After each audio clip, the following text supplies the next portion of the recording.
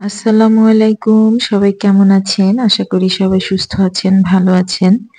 Chicken tandoori অনেক খেয়েছেন।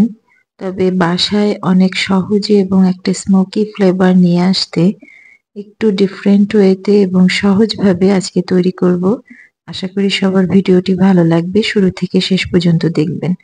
তো প্রথমেই আমি চিকেনটা ম্যারিনেট করব। এখানে আমি চিকেন নিয়ে নিয়েছি। লেগ পিসগুলো বড় বড় ছিল, যার কারণে আমি একটু কেটে নিয়েছি মাঝখান থেকে এবং প্রতিটা চিকেনের পাশগুলো কেটে দিয়েছি যাতে ভেতরে খুব ভালোভাবে মাংসটা ঢুকে। তো আপনারা চাইলে এটা আস্ত ব্যবহার করতে পারেন। তো খুব ভালোভাবে আমি আপনাদেরকে দেখিয়ে দিলাম কিভাবে রেখেছি চিকেনটা। আর এটা একটা ব্রেস্ট পিস। তো এটা আমি মাঝখান থেকে কেটে একটু ভালোভাবে থেতলে নিয়েছি। তো এটাও চাইলে আপনারা একটু ছোট করে নিতে পারেন। আমি এটা একটু বড় রেখেছি আর লেগ পিস গুলো কেটে দিয়েছি।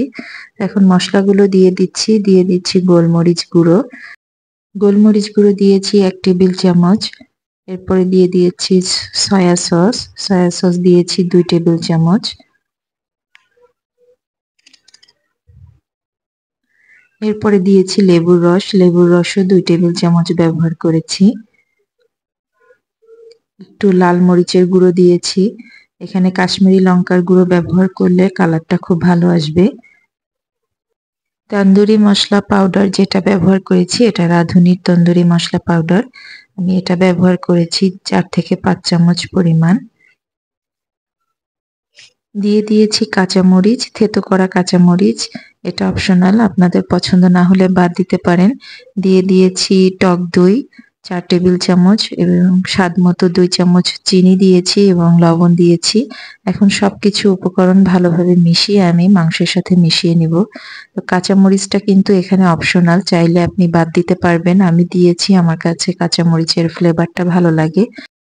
এখন সমস্ত মশলাগুলো হাত দিয়ে খুব ভালোভাবে মাংসের ভেতরে ঢুকিয়ে ঢুকিয়ে ম্যারিনেট করে নিব।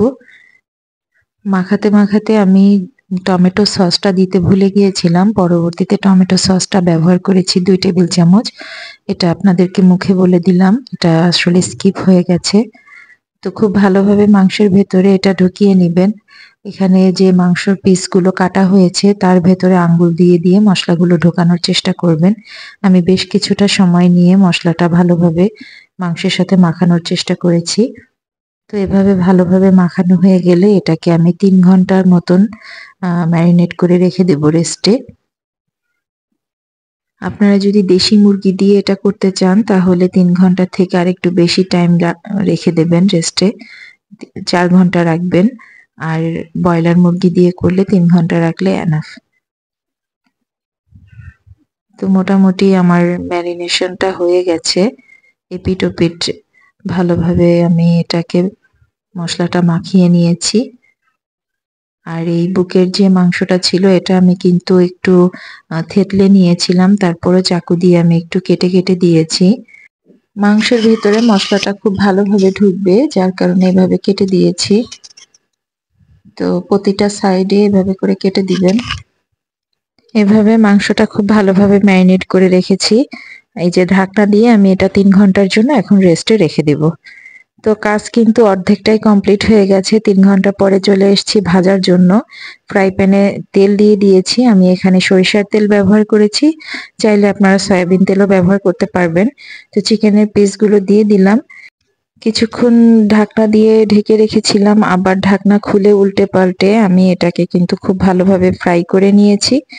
তো কালারটা দেখে নিশ্চয়ই বুঝতে পারছেন চিকেন কিন্তু বেশ সুন্দরভাবে সিদ্ধ হয়ে গেছে। আর ম্যারিনেট করা ব্রয়লার মুরগির চিকেন এগুলো, এটা কিন্তু সিদ্ধ হতেও খুব বেশি সময় লাগে না। লালচে বর্ণ করে চিকেনগুলো এপিঠ ওপিঠ উল্টে খুব ভালোভাবে ভেজে নিয়েছি। ম্যারিনেশন হয়ে যাওয়ার পরে কিন্তু এটা তৈরি করতে আর খুব বেশি সময় লাগে না। খুবই চমৎকার এবং মজাদার একটা খাবার। অল্প সময়ে আপনি বাসায় আপনার বাচ্চাদেরকে এবং আপনার ফ্যামিলিকে রেস্টুরেন্টের একটা ভাইব দিতে পারবেন এই রান্নাটায়। তো এই যে চিকেনটা দেখেন খুব সুন্দর করে ভাজা হয়ে গেছে। আমি এখন এগুলোকে তুলে নিব এবং তুলে নেওয়ার পরে যে কাজটা করেছি, এই যে দেখতে পাচ্ছেন আমি কিন্তু আগুনে একটু ঝলসে নিয়েছি। তো এটা আপনারা এটা বাদ দিয়ে কয়লা দিয়ে আপনারা একটা স্মোকি ফ্লেভার নিয়ে আসতে পারবেন। আমি কয়লা অ্যারেঞ্জ করতে পারিনি। তো যার কারণে আমি এভাবে করে নিয়েছি। আমার কাছে কয়লা ছিল না। তবে এটাও যে খেতে খুবই ভালো লেগেছে, আমি এটাই অবাক হয়ে গেছি যে এটাতেও কিন্তু স্মোকি ফ্লেভারটা চলে আসে এবং সুন্দর একটা টেস্ট হয়। বিশ্বাস করতে পারছি না আমি যে এটা এত মজা লেগেছিল এভাবে পোড়ানোর কারণে। তো এই যে দেখতে পাচ্ছেন আমি প্রতিটা চিকেনের পিস কিন্তু এভাবে ঝলসে নিয়েছি আগুনে। খুব ইজি প্রসেসিং এ এই চিকেন তন্দুরিটা তৈরি করেছি। আর এই ঝলসানোর সিস্টেমটা আমার খুব পছন্দ হয়েছে। তো সর্বশেষ আপনাদের এই চিকেনটা দেখাচ্ছি, আমি প্লেটে সার্ভ করে নিয়েছি। আর যে চিকেনের বাড়তি মশলাগুলো ছিল সেগুলো ফেলে দিবেন না, সেগুলো সামান্য একটু পেঁয়াজ দিয়ে আপনি চুলার উপরে একটু মশলাটা কষিয়ে চিকেনের উপর দিয়ে সার্ভ করে দিবেন। আমিও সেটাই করেছি। তো ভিডিওটি লং হয়ে যায় যার কারণে আমি এটা সংক্ষেপ করে দেখিয়ে নিয়েছি। অসাধারণ একটা টেস্ট, এটা বলে বোঝানো যাবে না। আমি ভিডিওটা শেষ করতে পারিনি, আমার বাসার সবাই কিন্তু অলরেডি কাড়াকাড়ি করে খাওয়া শুরু করে দিয়েছে। চিকেনটা একটু আমি ভেঙে দেখাচ্ছি, এটা কিন্তু ভেতর থেকে যথেষ্ট জুসি ছিল। তো আশা করি ভিডিওটি সবার ভালো লেগেছে। আর ভালো লাগলে অবশ্যই চ্যানেলটি সাবস্ক্রাইব করবেন, একটা লাইক দিবেন। সবাই ভালো থাকবেন, সুস্থ থাকবেন। আল্লাহ হাফেজ।